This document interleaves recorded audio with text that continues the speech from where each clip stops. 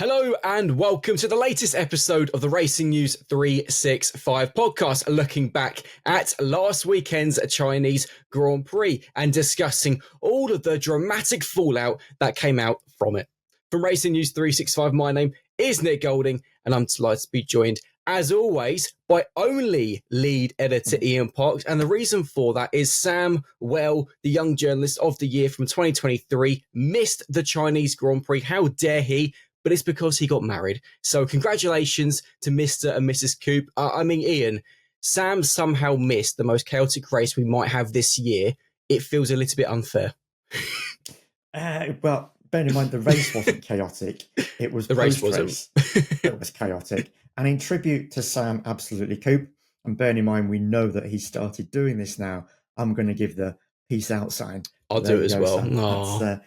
And just as a fitting tribute as well, and I'm sure Sam won't mind me mentioning this, but as you say, he got married over the weekend, and he dropped a message in our group the following day, folks, and he let us know that his new wife was so hungover that they had to push their flight back a day for their honeymoon. So that sounds like they had an absolutely fantastic time. Congratulations to Sam and his new wife, to be Sarah, of course. That goes from all of us at Racing News 365, and I'm sure from all you viewers and listeners as well. You send him all the very best after his nuptials. But yes, as you say, Nick, post-race, truly chaotic, because the race itself, now you described it as boring. I thought that was a little bit unfair. Well, I stand by it. I stand by it. In our F1 update, you described it as boring. I thought that was a little bit unfair. A few people agreed with you, in fairness, in the comment section. More than a few. Was, folks, below what was, and I'm going to mention this, our biggest ever video so far on .com since we've been doing this pretty much a year now. Nick and I, we've been together doing our F1 updates, and we thank you ever so much to everybody. We had 120,000 views of that video, so, and it's still going, so it might get to about 125 now. We're nearly 24 hours on, but yes, absolutely smashed it over the weekend. Again, thanks to everybody. Thanks for all the comments. Appreciate it. But yes, post-race, that was just as chaotic as we're ever going to get, because to have not one, not two, but three disqualifications, the first time in a long time. I think our resident stat guru, Jake Nicol, mentioned it in one of his articles post-Grand Prix, and I think it was something like good 20, 30 odd years since we've had. It's been a long time. Disqualifications. It's been an awful long time. So yes, it really all kicked off. And not only that, we've got the situation surrounding Red Bull and Liam Lawson. Will there be another driver swap before the Japanese Grand Prix? It's big time news that's come out of the Chinese Grand Prix. At the end of the day, after what was a superb 1-2 for McLaren. So I'm going to give them a bit of a shout out, a bit of a big up, because within the comment section below that awesome video that we did that 120,000 views, we did have a number of people saying, come on, guys, give McLaren a bit of love, because an Oscar Piastri a bit of love, because at the end of the day, it was a great performance from McLaren and from Oscar. Superb drive from start to finish, as comfortable as he's probably going to get, I would have looking at it. And he was never really troubled, Oscar. And that was McLaren's 50th 1-2 in their Constructors' Championship history. So doff of the cap to them as well. But yes, overall, what followed was, of course, the major talking points of the Grand Prix. We will touch a little bit more on McLaren as we go through this podcast, Nick and I. But yes, just thought I'd get that one out of the way, because, as I say, we did have one or two comments below, and I'm hoping that I've hopefully rectified that situation by giving them a bit of love, as I say. In honor of Sam, absolutely. Let's start though, but because there were, of course, I had to get it in there. There was, of course, three disqualifications, which resulted in a massive change to the final results, which leads me on to, as we do for every podcast, a bit of a fun question, because Carlos Sainz was boosted up to 10th, meaning he scored his first point for Williams. Ian, when was the last time Carlos Sainz, prior to last weekend, finished a race in 10th? Lord, mate. That's a question and a half. You're welcome. Jake Nicol would probably know that off the top of his head. He probably would know. Truly, folks, scary he's astonishing. He's scary good with stats. When was the last time prior to China that Sainz finished 10th? Okay, did he do it during his Ferrari days? Yes. Okay, so So that that helps you narrows out it a down little a bit. little bit, just a little bit. But in all honesty, that's a tough question. That's not like me trying to guess the number of laps on something No, or, okay, or good number point. of Good point. points. That is a really, really hard question. And in all honesty, I do not know. Well, I'll tell you then, it was the 2023 British Grand Prix. So actually, it's been a little while. And I'll give you a second question, again, linking with Carlos, including on Sunday. How many times has he finished 10th in his F1 career? This So one you can have a rough guess at. this is going to be a good guesstimate number. How many times has he finished 10th? 7? 11. You were a little bit wild, which actually, it was surprising. He went for quite a few years without finishing 10th, but he finished 10th quite a lot at the start of his career, of course, with Toro Rosso, then with Okay. Renault, but not very often with Ferrari. But anyways, hats off to Carlos. Well done getting your first point, even if it required both Ferraris and Pierre Gasly to get disqualified. But nevertheless, Ian, it was, and the reason I stand by the point of saying that I didn't think the Chinese Grand Prix was amazing is actually I feel like the post-race drama, if anything, perhaps actually overshadowed the race itself, because it was a It very, definitely did. Yeah. as we discussed in the F1 update, it was a very strategic race because so many drivers went for a one stop, despite Pirelli saying that there could even be a 3-stop needed. So because of that, I think the race itself wasn't the best, was by far not the worst. We've seen some pretty awful Monaco Grand Prix over the years. Let's see what the 2 stops there creates later in the year. But nevertheless, Ian, for you, what was your biggest takeaway of the Chinese Grand Prix? Got to be around Liam, hasn't it? Yeah.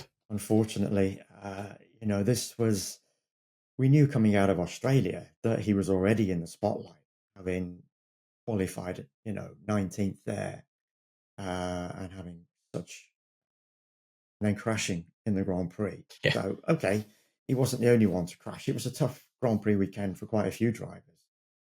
But as I say, very quickly in the spotlight. So we knew that he was going to be under pressure and he was going to be heading to a circuit he'd never seen before, never mind driven. So a lot was being asked of him.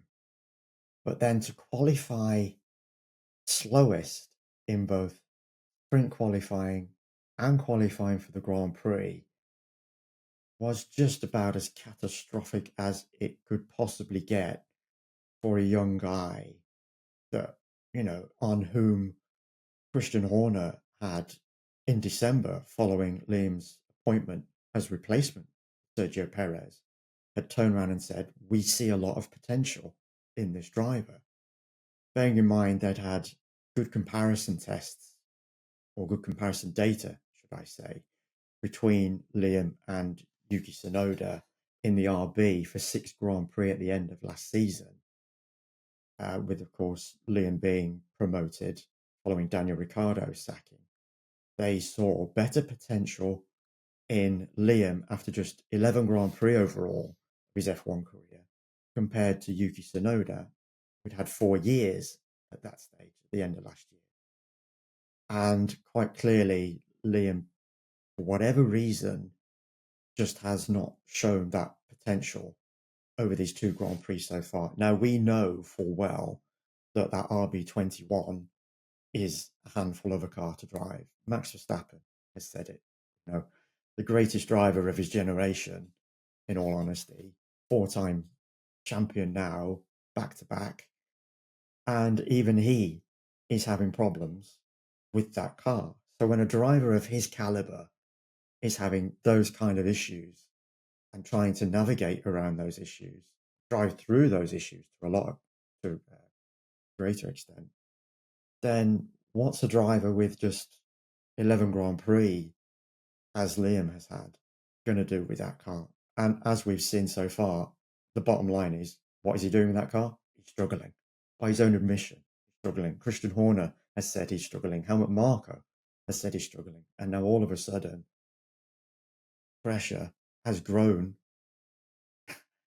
enormously coming out of Australia to such an extent that already discussions are going to take place inside Red Bull this week. And Max is going to be part of those discussions, as we well know now, as to whether a change has to be made already. If it was me personally, I'd at least give him Japan. because we know, and as you and I discussed in an F1 update Yeah. on Friday, I think it was, we know he's driven at that circuit. He's competed in Super Formula around that circuit. So at least give him the opportunity now to go to a circuit that he knows, has driven on, has a good deal of insight into, and see how he performs there in that RB21. If then he continues to really struggle, if then again he fails to get out of Q1, then I think you've seriously got to consider making the change for Bahrain. Because does it make any difference whether the change takes place in this smaller gap right now than comparing it coming out of Japan going straight into Bahrain? I don't think it does, in all honesty.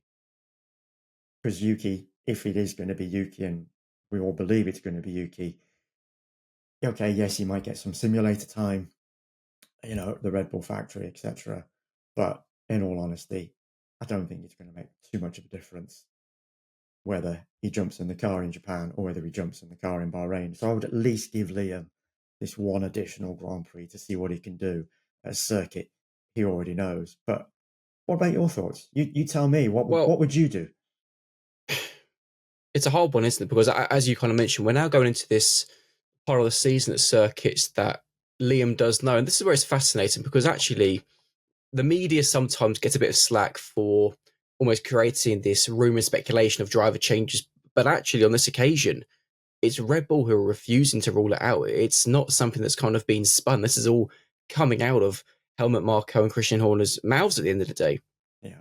And what's remarkable is the change in thought process that happened just across China. You started off at the beginning of the weekend, Helmut Marko saying, no, Liam will be in the car for Japan because we recognise that's a circuit he knows from Super Formula. We need to see how he does at a place he has driven at before, compared obviously to Albert Park and Shanghai. And then all of a sudden, as the race finishes, these comments coming out that actually there is a so-called emergency meeting taking place at the team space in Milton Keynes this week, where the team will determine not only how it can fix the RB21, how it can catch McLaren, but also whether a driver change is required before Japan for, as you mentioned, Yuki Tsunoda, which kind of gives me the impression that Red Bull clearly don't have the answers. The fact that, as you also said, Max has bemoaned just last weekend in Shanghai the issues with the RB21, which clearly it never solved from the RB20 over the winter break. He said the car is too slow. You could see on the lap data that apart from it, when it came to top speed, the Red Bull was weaker than the Ferrari, than the McLarens, absolutely everywhere. Which kind of raises the question I was thinking about last night, actually, while seeing our F1 update views flying into over 100,000. Had to get it in there again. But the point of, has Red Bull reached a decisive point where we've seen over the years it's always had the approach of designing its car in favor of Max, in favor of his quite unique driving style, and to give them credit, it has worked. Max is a four-time world champion, arguably the greatest driver currently on the grid when it comes to current form and ability. But then you look at the moment and the fact that the car, which has been designed for Max, the RB21, isn't working for Max, but also isn't working for Liam. Is there a change needed? And I think if we were to keep the current regulations next year in 2026, I genuinely believe Red Bull would change its philosophy and design a car that suits both drivers. Because as we see, McLaren have two drivers on form. Ferrari, well, should have two drivers on form. Mercedes, George Russell's doing really well. Kimi Antonelli also is perhaps doing better than many predicted. But we've then got the new regulations as well. So Red Bull's got something else to consider. Do we stick with our approach, when we're also becoming an OEM? And I think there is a lot of questions suddenly piling up for Red Bull, and quite clearly not enough time to answer them, which is why I think we're seeing this emergency meeting this week, because it does feel so early to make a decision. And the big question is it too early? Is a change the right thing? If Yuki Tsunoda does come in at Red Bull, is that going to ruin his career? He's in his final year of his contract with the Red Bull family. So what then happens for him in 2026? I want to know what the fans think, because I think it's truly extraordinary that we're two races in, a pretty grueling doubleheader, and we're already speaking of what would be a Red Bull, but also then a Racing Bull's driver change. How much does this hurt Liam's confidence going back to racing bulls, do Red Bull then give him a chance again in the future back in the main team? It all just feels very reactionary. I think they've got to give it, in my eyes, the triple header. You've got I Japan. I think I mentioned that as well. Yeah. Japan, Liam knows. Bahrain, of course, he has done extensive testing in the RB21, just a few weeks in pre-season testing. And then Saudi Arabia, which I don't believe he's driven an F1 car, and I believe the fans can please answer for me. He may have done an F2 race there. I'm not 100% sure because I can't think when F2 started holding a race at the Jeddah Corniche circuit. But nevertheless, that may also be a circuit he knows. If he comes out of that and is still... He doesn't know that one. Just to let you know, he doesn't know that circuit. Yeah. That answers my question, so thank you very much. So if he comes out of that without getting to Q2 or even Q3, still having not scored a point, then I think Red Bull has got to make a change, and that's either a driver change or a change in mindset to focusing on 2026, because McLaren quite clearly, yes, they're making mistakes, but they're not going to hang around. And for me, that's actually my biggest takeaway, in that McLaren are beatable.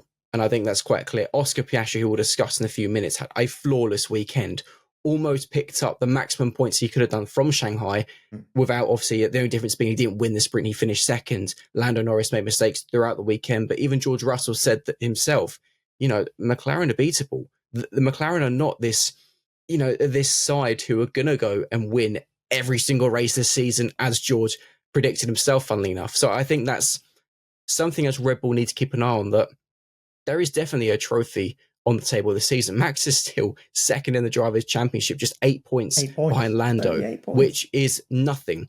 So I think that's a big story going forwards. But for you, Ian, it's really interesting that Max is going to be in these talks. And the fact as well that Max himself has defended Liam by saying, the car is not good enough. So for you, what do you think should be the priority? Is it finding a driver who can almost match Max's style and try and get the most out of the RB21? Or is it just to, make changes to the car and keep Liam? Well, it's funny you should say that about matching Max's driving style, because I remember one of the points that Christian made, and it was actually at the F175 launch event that we had in mid-February. And he did a roundtable media session there. And he made clear at that point, and actually also recall he made clear as well when we did a media session with him just before Christmas in December. And he made clear at that point that that Liam's driving style was more aligned with Max than Checo Perez. So you assume from that comment that the car was going to be more suited to Liam. And so far, that just hasn't been the case. We can quite clearly see that. And for me, as you say, Nick, I would keep Liam in the car for the next 3 Grand Prix, give him the triple header. And then, as you say, because he's done Japan and Bahrain. Because he's done Bahrain in testing, then at least those two are circuits that he knows. And if then he manages to rebuild a little bit of that confidence, then of course he's going to go into Jeddah with that, and then maybe he might be able to perform that bit better at a circuit that he doesn't know. But if this form continues, then you make the change for Miami. I guess in Red Bull's mind, they're thinking they don't want the season, or the Constructors' Championship at least, to get away from them too early and find themselves with a deficit that they might not be able to claw back.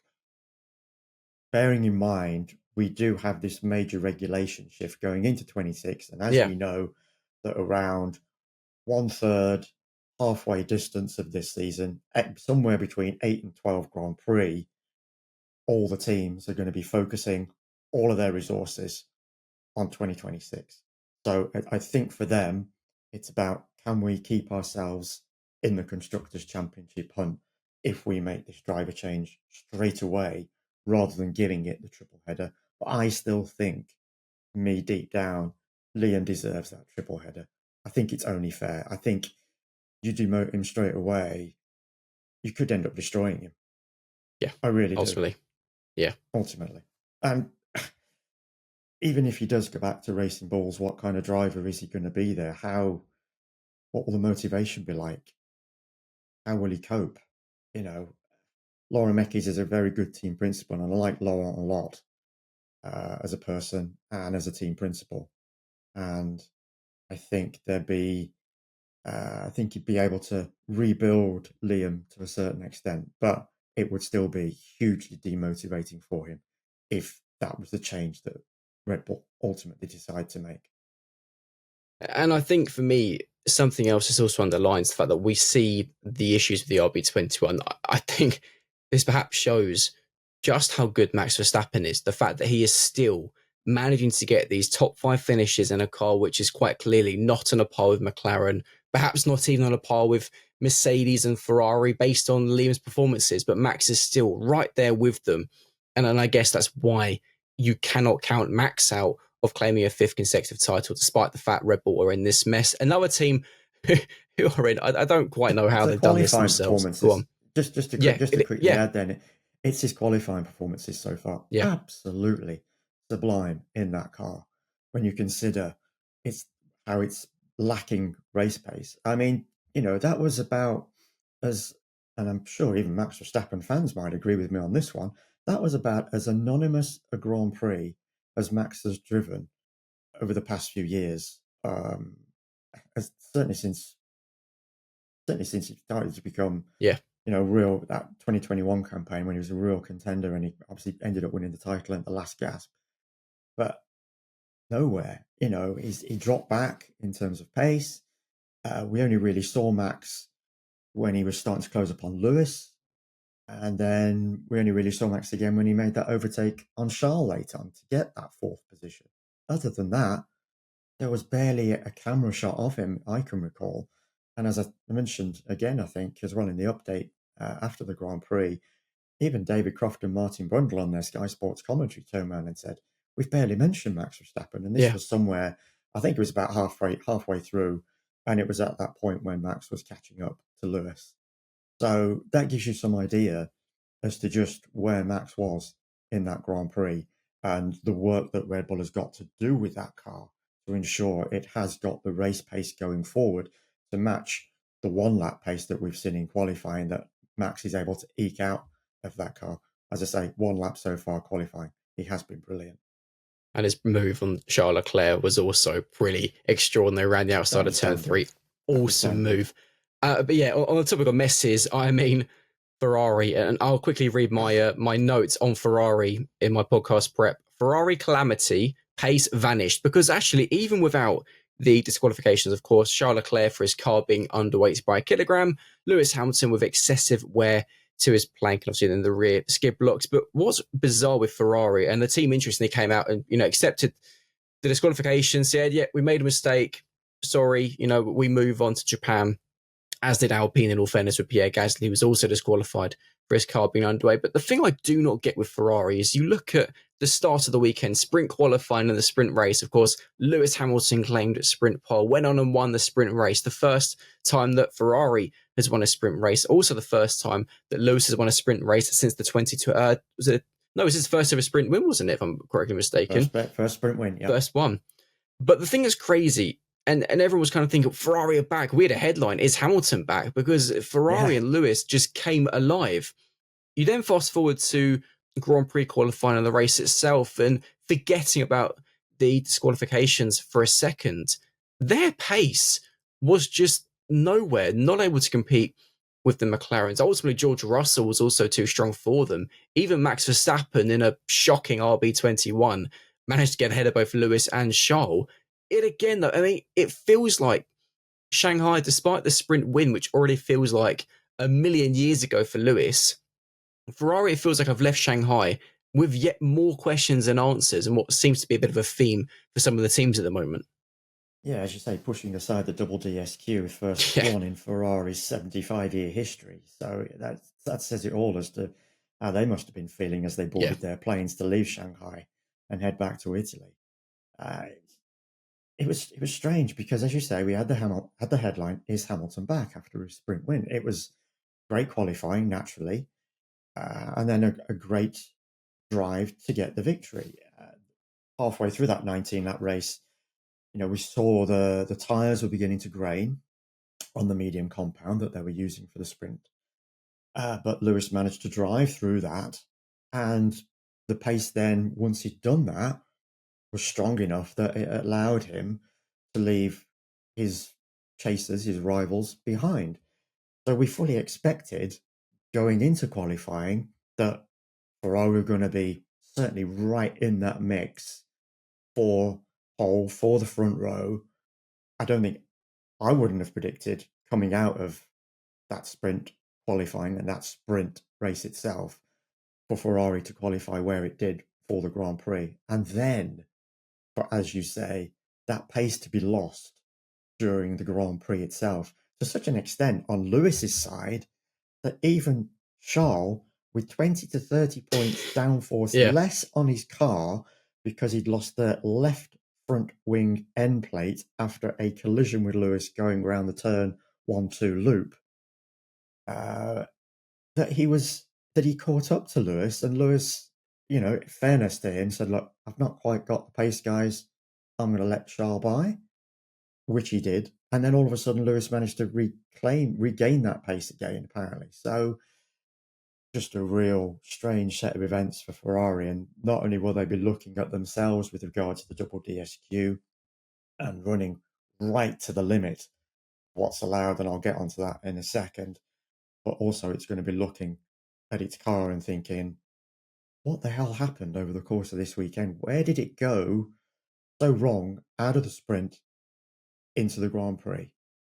So a lot of questions for not only Red Bull, but also McLaren. Not only Red Bull to answer, but also Ferrari to answer, of course, coming out of this weekend, going into that triple header where there will be no rest for those teams. So they've got these few days before heading across to Japan to try and get things right. Otherwise, it's going to be another difficult 3 Grand Prix for those 2 teams. But are we again looking at circuit-specific situation, as Possibly. we saw quite a number of times across the course of last season, once Max's dominance had abated after he'd won 4 of the first 5. And even when he won another 3 out of the next 5, the dominance wasn't there as it had been in that first 5 Grand Prix. So we saw a lot of fluctuation between the teams in terms of being circuit specific with its car. We could be seeing that again over what might be what we've got coming up. So a lot of questions for both those 2 teams in particular to answer going into that triple header, as I say. But let's touch on the disqualifications, because they were just bizarre, given that sprint races, of course, been around now for a few years, and it feels like, again, pretty predicted that the race would be a 2-stop rather than a 3-stop. And something that's been suggested is the fact that with Charles, the fact he did a 1-stop, that could have played a part in his car being underweight, because, of course, more tyre wear. Obviously, it's just bizarre, though, because only, with the exception of Pierre Gasly and Alpine, only Ferrari seem to miscalculate the weight of the car at the end of the race. It's something so simple and actually so costly, because Ferrari are currently behind some of the midfield teams in the Constructors' Championship, which is absolutely wild. I'll have a look at it in a quick second, but it feels like very, very silly mistakes by Ferrari, especially given it was on a surface perhaps smoother than we will see at several circuits this season. And hats off to the Shanghai International Circuit, because the new surface was pretty damn good, Ian. The new surface was fantastic to such an extent. The new surface actually played its part in why those hard tyres were able to run for so long. You got to think that the hard tyre, which is part of the reasoning behind Charles Leclerc's disqualification, and I'll come to that in a second, that hard tyre had not been touched since it had been run for a few laps in pre-season testing. So there was very little information about that tyre. And that hard tyre this year, that C2, is Pirelli have introduced that, and it's the biggest change in compound compared to last year's tyres. So that hard, quite a bit different compared to last year's hard tyre. The medium and the soft that Pirelli are running this year a lot closer to what we had last year. So it was I'm not going to say an experimental tyre, but it was almost like the teams were going into using it in the Grand Prix pretty much blind with very little information other than what they picked up out of pre-season testing. Very different conditions, a very different circuit. This was smooth circuit. The Bahrain International, which has never been resurfaced since it was introduced on the calendar now a couple of decades ago, is now become very rough. Arguably, I think many teams would turn around and say that it's probably the roughest circuit on the calendar. So whilst Ferrari held its hands up with regards to Lewis Hamilton and the plank being worn down too much, so there was a bit of a misjudgment in the way it ran that car, too low in many respects. What happened with Charles with regard to the fuel was a consequence of something that Fred Vasseur mentioned after George Russell had been disqualified for pretty much the exact same thing at the after winning last year's Belgian Grand Prix, whereby the teams now are so on the edge with everything that they do with the car because they're trying to get the nth degree out of it, these thousandths of a second, that every single element of a car, Fred Vasseur, the team principal, turned around and said, after George's disqualification, on the edge. Such an extent that Fred even added that all the teams are on the edge of being disqualified every single weekend, which you have to think is quite a statement to make. And on this occasion, for whatever reason, and Ferrari, I'm sure, will go into it in great depth, they were on the wrong side of that edge, effectively. And that's what's lent itself to these issues, with Lewis being disqualified for plank wear and for Charles being disqualified for his car being underweight. Just to clarify the underweight situation, car at the end of a Grand Prix, minimum weight, car and driver, has to be 800 kilograms. That's 2 kilograms higher than it was last season. The FIA decided to increase the driver weight to allow drivers to at least carry a bit more. So minimum weight has to be 800. When the FIA weighed Charles' car, and there is an internal and an external weighing scales to ensure parity, to ensure that not just one set of scales is used, that they have two to ensure, as I said, they got this parity, that both are calibrated correctly as well. When Charles' car was weighed, with a new front wing on it, incidentally, because they had weighed it initially with the damaged front wing end plate, it was bang on 800. When they weighed it with a new front wing, because that's the original specification that the car started the race in, it was 800.5 kilograms. Once they took the required 2 litres of fuel out, it was 1 kilogram underweight, 790 kilograms. Now, Ferrari say the reason being is why Charles was underweight was because of a one-stop strategy. Basically, that tyre, that hard tyre, and I think I look back, Charles pitted at the end of lap 15. That hard tyre had worn down to such an extent over the 41 laps that it made the car underweight. They were planning, as pretty much every team had planned, for a 2-stop strategy. But I know a lot of people are probably going to ask, but why only Ferrari and why only Alpine? Because naturally, you would have come out the sprint race, you would have seen the tyre wear on the medium, and you would have tried to have calibrated then and worked out what you were going to require for the hard going forward. The reason being is, as I've mentioned with this Fred Vasseur comment, they just ran too close to the edge on this occasion, and it led to them being disqualified.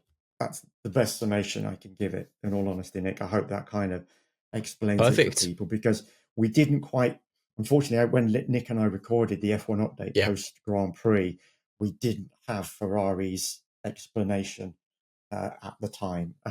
Sod's Law, folks, it came in, I think it was about 30 minutes after we'd finished F1 Update. We kind of alluded to it in F1 Update because we referred back to George Russell and what happened in Belgium last year. The difference, of course, between Belgium and Shanghai, in Belgium, one of the reasons why George was underweight because you are not allowed to pick up rubber at the Spa-Francorchamps circuit because the circuit is just too long. Basically, once they cross the checkered flag, they double back into the pit lane and just drive down the pit lane in backwards, the wrong way, basically. effectively. Well, the wrong way. They're doing it the wrong way because they're not picking up the rubber.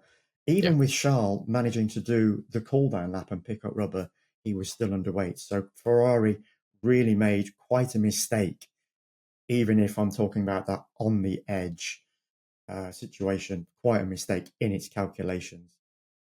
Bearing in mind, it was eventually a one-stop strategy and not two stops. Well, I think that was an absolutely brilliant explanation of basically why Ferrari messed up. Now, final talking point in what's been a very heavy Red Bull and Ferrari episode for pretty obvious reasons, but we've got to discuss McLaren to bring us home because, I mean, let's start on Oscar and then we'll discuss Lando because Oscar, of course, recovered in perfect fashion from the heartbreak of spinning out of his home race when looking set for a second place finish in Australia. And I mean, from the get-go in Shanghai, looked brilliant, of course. Finished second in the sprint race, won the race after converting pole position into victory. Picked up, as I mentioned at the start of the show, all but one of the maximum points on offer. And for me, he looked clinical. He looked calm, collected. He almost looked, and dare I say it, like a better driver than Lando Norris, which is why there's been a lot to talk about Lando being the favourite for the driver's title. He is very much in the bookies' sense of view as well. In my opinion, I think the bookies and people are looking at the wrong McLaren driver because Oscar was, I mean, bounced back from his Australian mistake perfectly in Shanghai. Looked brilliant, and I'm really intrigued how he does in the upcoming rounds because Lando, whilst obviously leads the championship by 8 points here and quite a few mistakes throughout the weekend, Oscar, on the other hand, I mean, he could not have been any more perfect if only he'd won the sprint race. Yes, indeed. I mean, as you say, bearing in mind what happened to him at his home Grand Prix, where many people were fully expecting him to become the first Australian driver to stand on the podium legally. Bearing in mind, Daniel Ricciardo did do that for Red Bull, but was later disqualified. He was. He was. I mean, I spoke to him in the media pen after the Australian Grand Prix, and you could see he was hurting quite a bit. It was one of those. We saw there was quite a few incidents across the Australian Grand Prix itself, and there was almost a point where, when you think, Nick, back to that race, Lando had his moment just immediately prior, and you almost think, was Oscar distracted by that for that millisecond, and that put him in that position that eventually saw him spin, go onto the grass, and really struggle to get his car off the grass, but he did so brilliantly in the end and managed to bring home at least a couple of points. So he came out of that and he would have been thinking, I've got a point to prove myself here. Because as he pointed out himself, but for that one lap, every other lap around Melbourne's Albert Park was pretty much perfect. And he did, as you say, have this superb weekend. One of those comparison weekends where once again we heard Lando talking about these little mistakes that he's making. And I thought, coming out of Australia, I thought Lando had turned a corner. And I think we discussed it on the podcast. Yeah, we did. I felt Lando had turned a corner. It was a different Lando Norris that we'd seen at Melbourne's Albert Park with regard to that one little moment in the Grand Prix. But for him now to talk about, yet again, these little mistakes that he's made across not just one element of the Grand Prix weekend, but pretty much every element of the Grand Prix weekend, that for me is now a little bit of a concern for him going forward compared to the delivery in performance that we have seen from Oscar Piastri over these two Grand Prix weekends in their entirety.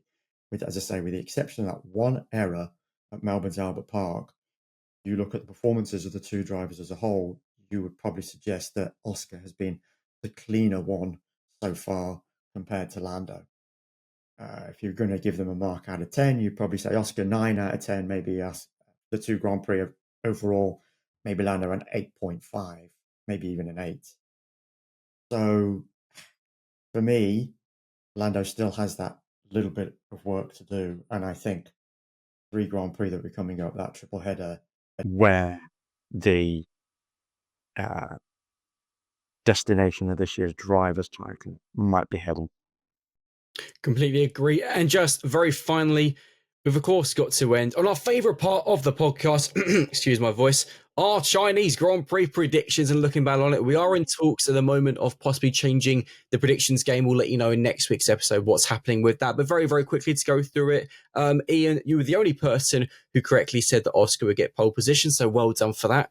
And the fan, Kelsey, for the Chinese Grand Prix predictions representing the fans, was the only person who got any driver in the correct position from the top 5, and that was Max Verstappen in P4. Kelsey also got the fan question correct, which was which team will produce the fastest pit stop, which was Ferrari. So Kelsey for the fans picked up 11 points. Ian, you picked up 8. I got 5. Sam got just a measly 3, which means after the first 2 races, I remain in the lead on 19 points. Ian, you're on second on 17. Sam and the fans are in joint third or last on 14. So it is all very, very close. This has been the latest episode of the Racing News 365 podcast from myself and Ian and Sam in spirit. We'll see you next week. See you later. Peace out. Absolutely. Thanks, folks. Take care as always.